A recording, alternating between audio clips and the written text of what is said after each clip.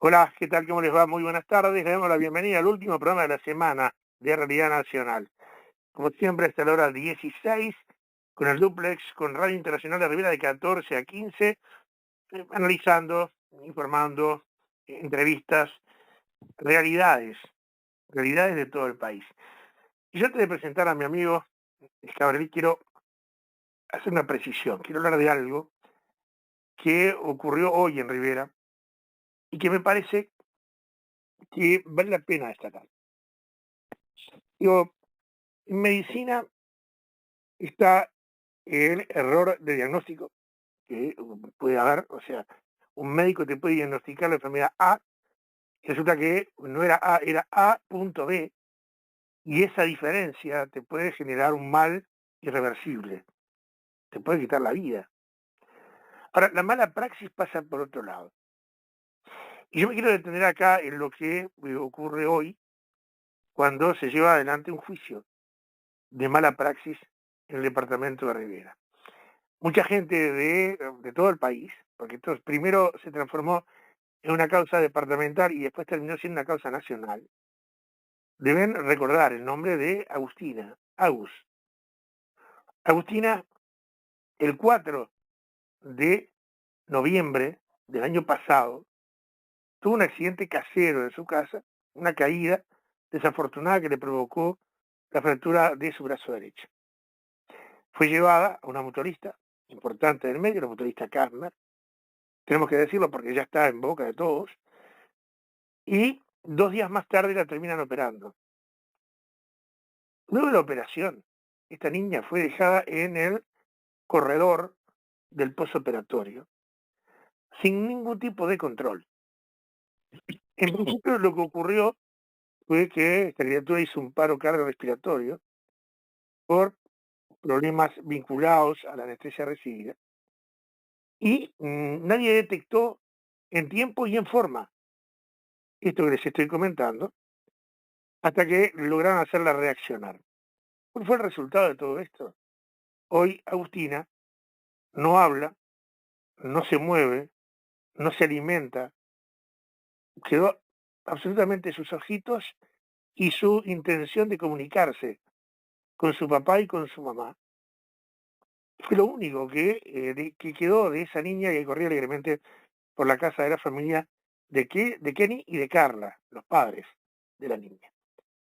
La movida departamental y después nacional, sin el apoyo del Fondo Nacional de Recursos, hizo que los padres se fueran a Estados Unidos a la búsqueda de una solución. Cualquiera lo haría. Yo lo haría, yo tengo hijos grandes, Ricardo es el más chico, tiene 22, pero tengo nietas de 2 años, Oriana, lo haría yo por Oriana, o por Guadalupe que tiene 8. Cualquiera de nosotros lo haría.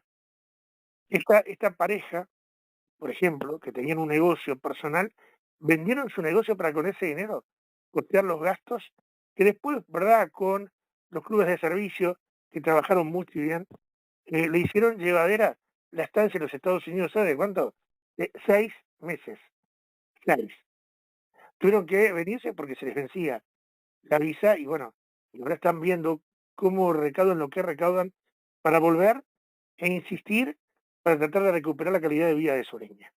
Claro, este matrimonio muy joven optó por tomar primero esta decisión, ir a por todas por la salud de la niña. Hoy ya de vuelta en casa y recorriendo los lugares que antes recorría Agustina, corriendo, saltando, riéndose, cuando se encontraron con ese silencio, y yo digo que hay silencios que son atronadores, porque golpean, porque te sacuden. Bueno, ¿qué hicieron? Se decidieron y fueron y presentaron una denuncia penal y una denuncia civil. ¿Y sabe qué? Le cuento a la gente que nos escucha en todo el país, que es mucha por suerte. Yo apoyé desde el principio todo esto, porque además accedí a un correo que le envió la mutualista a los padres de esta niña, cuando él estaba intentando que la criatura se quedara internada un tiempo más en el hospital americano donde estaba detenido de maravilla, pues realmente él me lo dijo. Pero ¿sabe qué? El correo decía de que no le iban a aceptar un mes más porque entendían de que el servicio que le brindaba el americano era el mismo que le podía brindar en Rivera. cosa que no es cierto. Pero además, después, cuando el padre sigue insistiendo, le dijeron que si él firmaba una nota donde aceptaba de que el daño que había recibido la niña había sido consecuencia natural, que ellos estaban dispuestos a pagarle eso, pero que si no, no. Este muchacho reaccionó como tenía que reaccionar, le dijo que a partir de ese momento tenía que hablar con sus abogados y al final no pudieron seguir mucho más tiempo en el americano porque desde el americano se fueron al aeropuerto de Carrasco y emprendieron vuelo rumbo a los Estados Unidos. Con todo lo que la audiencia de Rivera ya sabe, porque Kenny nos consiguió el honor de ser el nexo, el contacto con él, a través de WhatsApp nos comunicábamos cuando él estaba en la casa de Ronald McDonald, cuando estaba en Austin, cuando estaba en el hospital, porque había que seguirlo, porque era la forma que él se sintiera acompañado y porque además, como la gente de Rivera, al igual que la gente de todo el país, tiene la solidaridad instalada, está en el ADN de la gente. Pero los mensajes que llegaron le daban fuerza a esta gente, a este matrimonio joven, para seguir adelante. Le pido mil disculpas a mi amigo Alberto, pero lo tenía que comentar, lo tenía que analizar antes para que la gente supiera de que siempre, siempre hay lugar para reclamar por sus derechos. Y este matrimonio joven, insisto, con un estudio de abogados que se trasladó de Montevideo al departamento. ¿Por qué? Porque fueron tan cuidadosos estos muchachos que ni siquiera quisieron involucrar abogados del departamento para que el poder del dinero, que existe, no tuviera que ver con, no sé, un cambio de actitud o el de repente arrancar y no terminar. Usted sabe a qué me refiero. Esto arranca otra historia. Y seguramente, a partir de ahora todos somos Agustina, como éramos antes, pero mucho más ahora, porque tenemos que seguir de cerca esta pelea que se da ahora donde se tiene que dar, en los estrados judiciales. Ya sabemos, por ejemplo, de que el anestesista, que es la persona a la cual se acusa de todo esto, que es hermano del presidente de la mutualista. Yo pensé que el presidente de la mutualista iba a tener un acto, ¿verdad?, de honestidad por encima de todas las cosas, excusarse, salir del cargo y dejar que los demás resolvieran. No lo hizo. Bueno, el anestesista estaba citado ayer para fiscalía y no se presentó. En el día de hoy seguramente va a ser conducido por la fuerza pública. Digo, ¿era necesario llegar a esto? En fin. Mi querido Alberto Scavarelli, disculpa los primeros minutos, pero quería arrancar el programa porque si no, la dinámica después te lleva por otro lado y no podía ni debía dejar pasar esta situación. Sí, es una historia, un relato realmente dramático, ¿no? Que además pone sobre la mesa un tema que es prioritario para la convivencia social. Es decir, la convivencia humana en una nación, en una ciudad, en una organización, en un país, tiene por fundamento el recíproco apoyo que da el vivir en comunidad. ¿A qué me refiero? A que si hay un fuego uno pueda llamar a un incendio, a un bombero. Si hay un problema de energía eléctrica uno puede llamar al proveedor. Y si hay un tema de salud uno puede ir a un centro asistencial a ser atendido por profesionales habilitados que tienen que ejercer, como cualquier otra profesión, su tarea bajo determinadas pautas que están absolutamente codificadas. Es decir, hay muchos tipos de mala praxis, que en definitiva es una mala práctica, que va desde la ignorancia hasta la negligencia, desde la imprudencia hasta el omitir algunas funciones y contralores que tienen que ver con un poco de todo.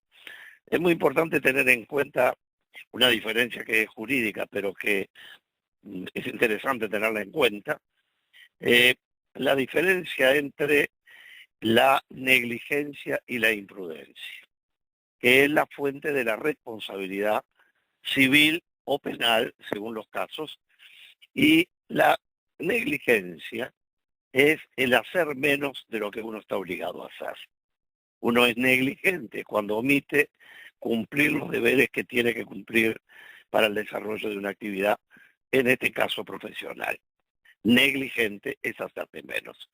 El imprudente, la imprudencia, por el contrario, es hacer más de lo que uno tendría que hacer, arriesgar más de lo que está permitido arriesgar y poner en peligro una situación que uno debió no poner en peligro a través de la imprudencia. Entre el medio de todo eso, siguiendo la pureza de las palabras que Ortega y Gasset trabajaba tan bien y de las que yo me hago eco siempre, hay que separar además lo que es el peligro de lo que es el riesgo. Las palabras ayudan a entender. Uno dice, estoy en peligro. ¿Qué quiere decir? Que es una situación tal que uno no tiene demasiada capacidad de resistencia. Un ejemplo, uno está en peligro cuando un avión a 10.000 metros de altura y a 1.000 kilómetros por hora tiene una falla técnica. No hay otra opción que abrocharse más fuerte el cinturón. Esa es una situación de peligro. Uno está instalado en el peligro, está dentro del peligro. Pero el riesgo, las propias palabras dicen yo corro el riesgo. Quiere decir que hay una actitud voluntaria que evalúa si cumple determinada conducta riesgosa o no. Por ejemplo, dar una curva a alta velocidad en cualquier vehículo. Ahí uno va a comenzar la curva y dice, ¿me arriesgo o no me arriesgo? Y bueno, ahí hay una decisión personal. No puede hablar de que hay un peligro. El peligro es el del avión, que no tiene nada para hacer. Dentro de todo este contexto del que estamos hablando, surgen las responsabilidades, que algunas son dolosas cuando se cometen con intención, como es el homicidio intencional, cosa parecida, y las culposas, que son aquellas que justamente son las conductas que se cometen causando perjuicios en violación de leyes o reglamentos o por negligencia, hacer de menos, o por imprudencia, hacer de más. Siempre, en cualquier escenario de la vida, uno tiene que mirar los hechos en función de este gran paraguas, de esta gran sombrilla, para poder saber ante qué tipo de situación estamos.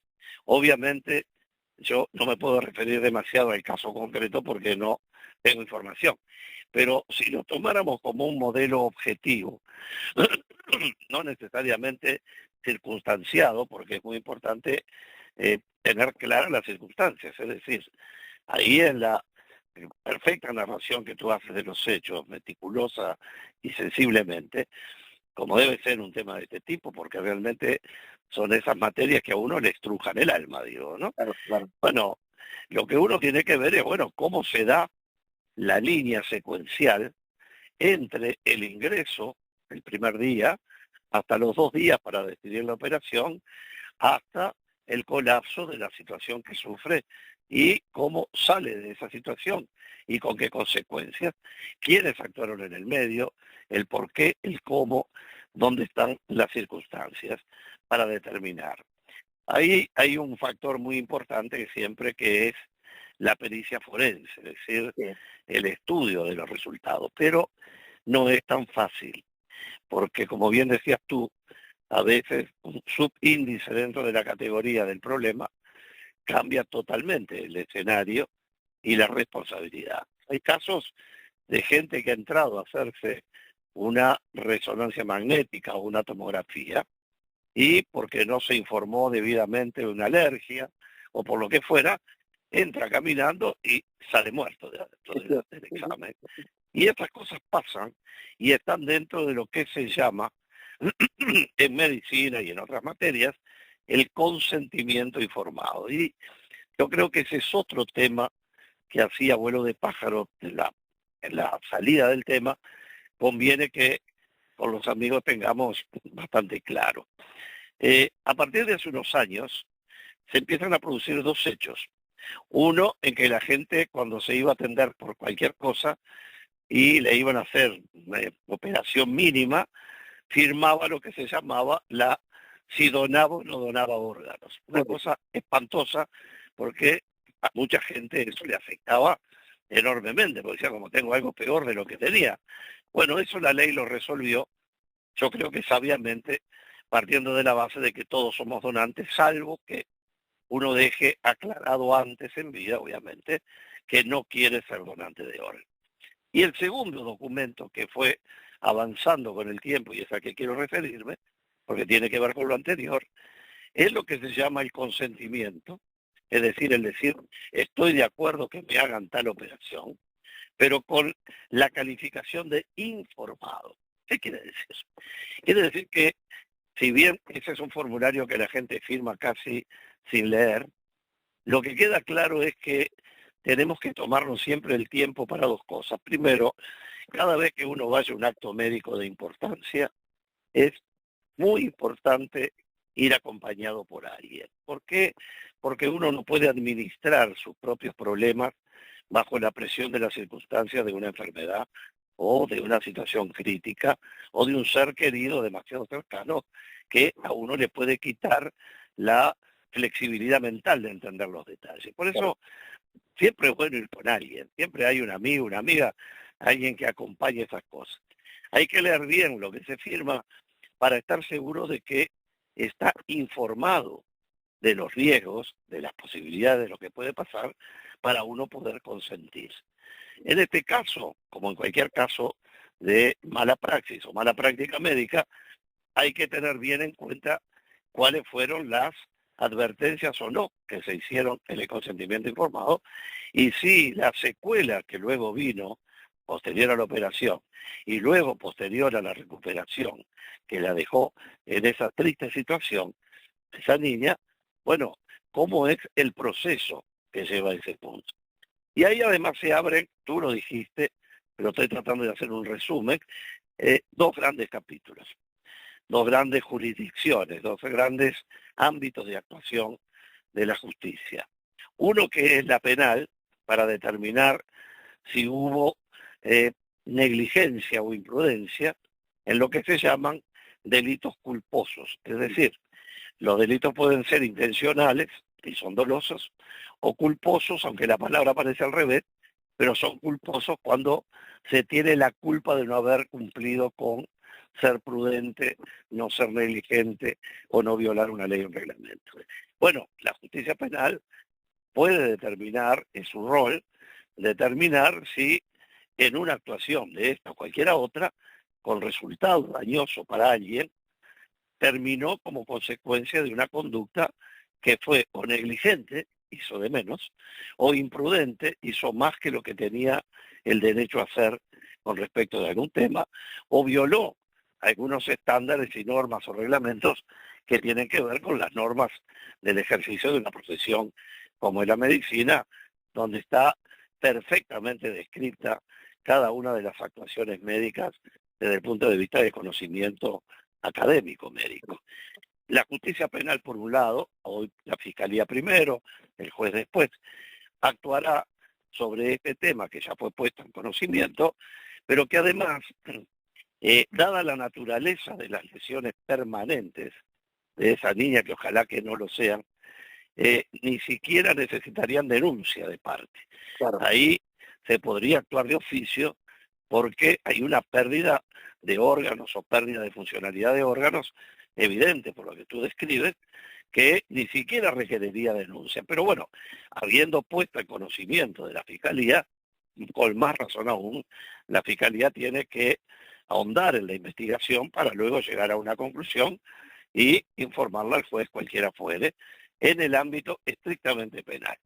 Hay otro ámbito, que es el de la justicia civil que tú nombrabas, que tiende a buscar el factor compensatorio, no reparatorio en el sentido integral de la palabra, porque esto quién lo repara, pero sí el indemnizatorio y de algún modo el compensatorio que le permita a esa familia poder buscar la mejor atención médica en el lugar del mundo donde se pueda conseguir.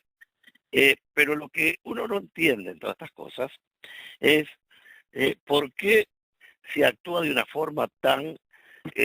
no estoy afirmando este caso porque, insisto, no tengo los detalles, pero si hubiera una circunstancia de este tipo, las instituciones médicas y los propios médicos tienen seguros contratados. Es decir, yo creo que no debe haber un solo médico ni ninguna entidad médica que no tenga un seguro por la mala praxis, que está asegurado por una entidad aseguradora del país, que a su vez está reasegurada con una entidad aseguradora o reaseguradora del exterior.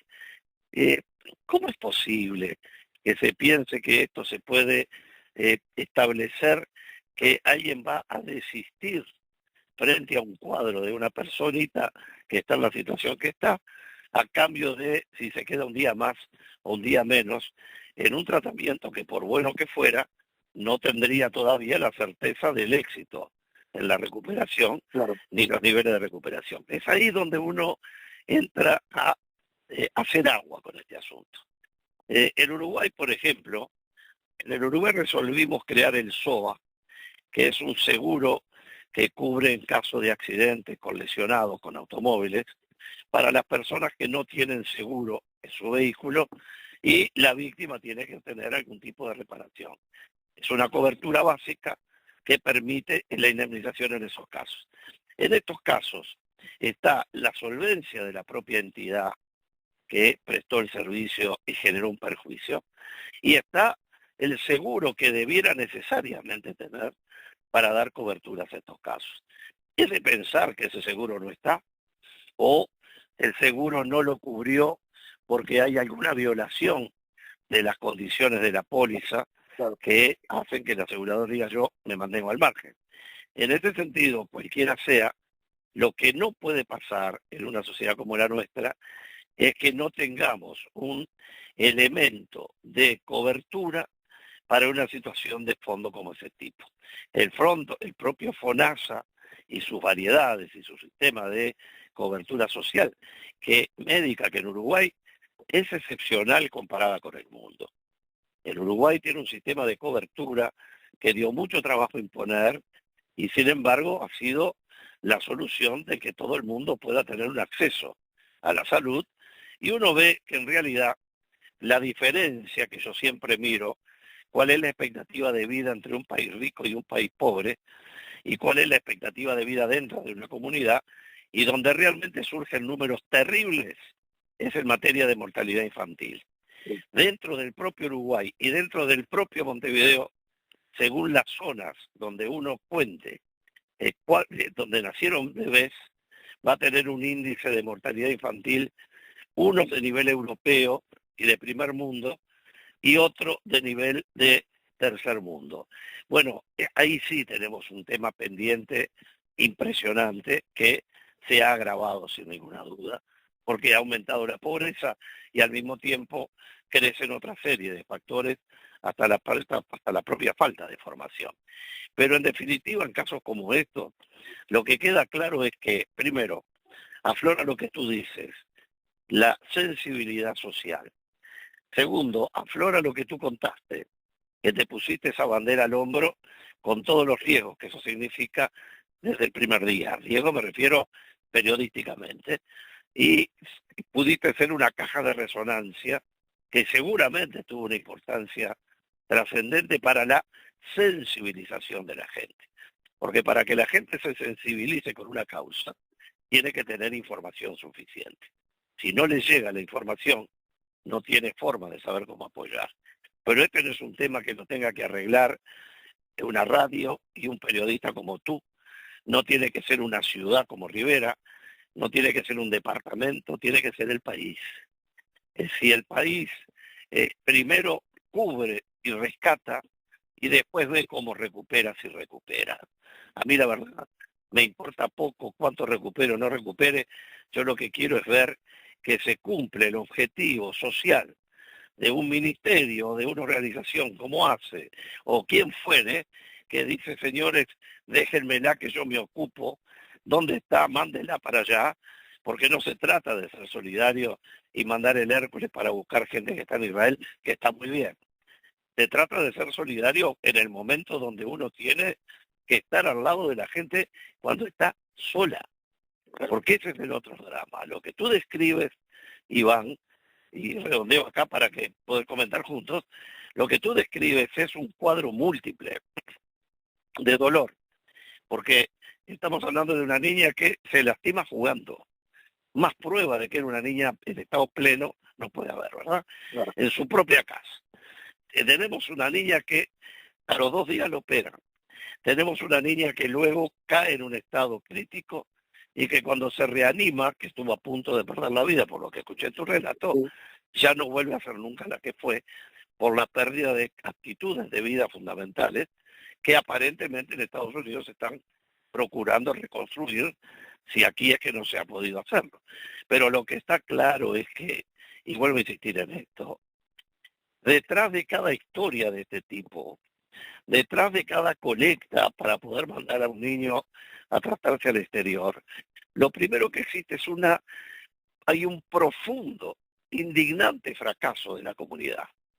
No es posible. Cuando digo comunidad, involucro desde el primero al último de los uruguayos que tienen capacidad justamente de dar cobertura, en este caso con los recursos. Al Uruguay no se le va a mover la aguja del gasto público porque encuentre la forma de dar cobertura a una situación de emergencia de esta naturaleza. Y luego si tiene que repetir contra la mutualista, no importa, esa es otra historia distinta que tiene que ver con ecuaciones económicas, pero sin recursos nadie se puede subir a un avión, nadie puede entrar a un hotel, nadie puede entrar a tratarse en un hospital en el exterior, nadie puede comer todos los días mientras se cura. Es decir, si no somos capaces, siendo como somos, solidarios como somos, de que esto llegue a los niveles que tiene que llegar, bueno, me parece que ese fracaso es estrepitoso e incluso hacía a mí convicción total de que seguramente muchos legisladores, mucha gente no tuvo noticia de esto, porque si no es inexplicable que la sensibilidad política, que no es la política del juntar votos imprescindible, sino el para qué se junta votos, para qué se quiere estar en una función pública. En la función pública, cuando alguien dice yo estoy procurando tener un cargo público, a mí me inspira confianza, porque digo, esta persona tiene un modo de pensar y quiere tener un lugar donde aplicar lo que quiere. Ahora, si lo quiere para estar sentado y cobrar determinada cantidad y darse el dique del honor de tener una responsabilidad pública, bueno, a esa gente no la precisamos. Por eso digo, yo creo que aquí primero valorar ese esfuerzo que haces tú sostenido, ser solidario con esa pareja joven para mejor que está luchando contra viento y marea, un elemento muy importante que siguen juntos peleando por su hija, cosa que a veces vemos cuadros dramáticos con esto, y eso es un enorme orgullo que la comunidad proteja, cobije a toda esa familia que está allí, también espiritualmente. Así que vuelvo a decir, hice un análisis capaz demasiado largo para una situación de este tipo, pero repito, lo que hay acá, si no se da cobertura como se debe, es un profundo fracaso de la comunidad. Alberto, nada más para decir. Estoy conmovido con todo este análisis que hiciste, con la profundidad que te caracteriza. Te mando un gran abrazo y si te parece nos reencontramos el próximo viernes. Hasta la próxima semana. Señores, nada más.